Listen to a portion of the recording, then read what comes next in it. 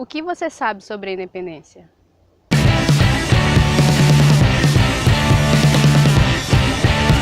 Você sabe o que foi o dia da independência? É muito espontâneo isso mesmo, né? Sim. Sim, também. Né?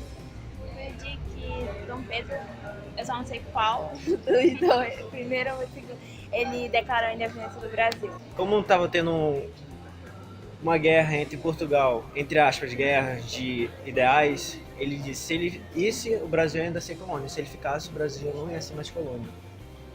É por aí, é por isso. Foi o dia que o Dom Pedro gritou independência ou morte para uma pessoa que estava em Portugal, nem estava no Brasil. Você sabe o que foi o dia da independência? Sim. Foi o dia que o Dom Pedro declarou a independência do nosso país. O que foi o dia do fico? Não lembro. Também não lembro. Não lembro. Você sabe o que foi o dia do fico? Não. Não faço a mínima ideia.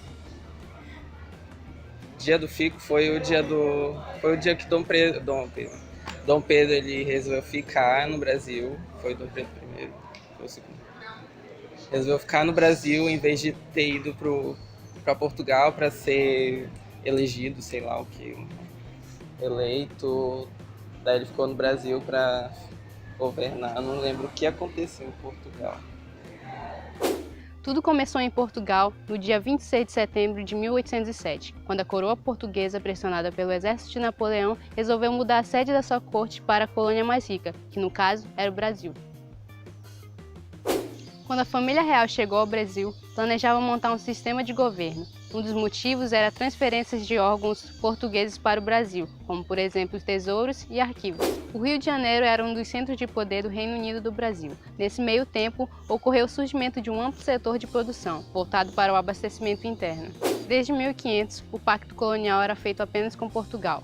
Quando Dom Pedro chega ao Brasil em 1805, declara a abertura das nações amigas e o fim do exclusivo colonial. Em 1821, o rei João VI volta para Lisboa, deixando seu filho, o príncipe Pedro, como seu representante. E em maio, o príncipe Pedro lança o Compras, uma lei que dizia que todos os documentos que chegavam de Portugal deviam ser assinados por ele. Nesse meio tempo, Portugal pressionou o retorno de Dom Pedro, criando um abaixo-assinado com mais ou menos 10.000 assinaturas. E no dia 9 de janeiro, declara que ficará no Brasil, o dia do fico.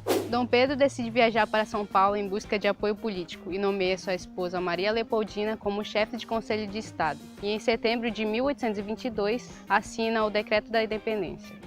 Em seguida, o líder do ministério, José Bonifácio, entrega a carta escrita por Leopoldina às margens do Ipiranga a Dom Pedro, para que ele proclamasse a independência do Brasil.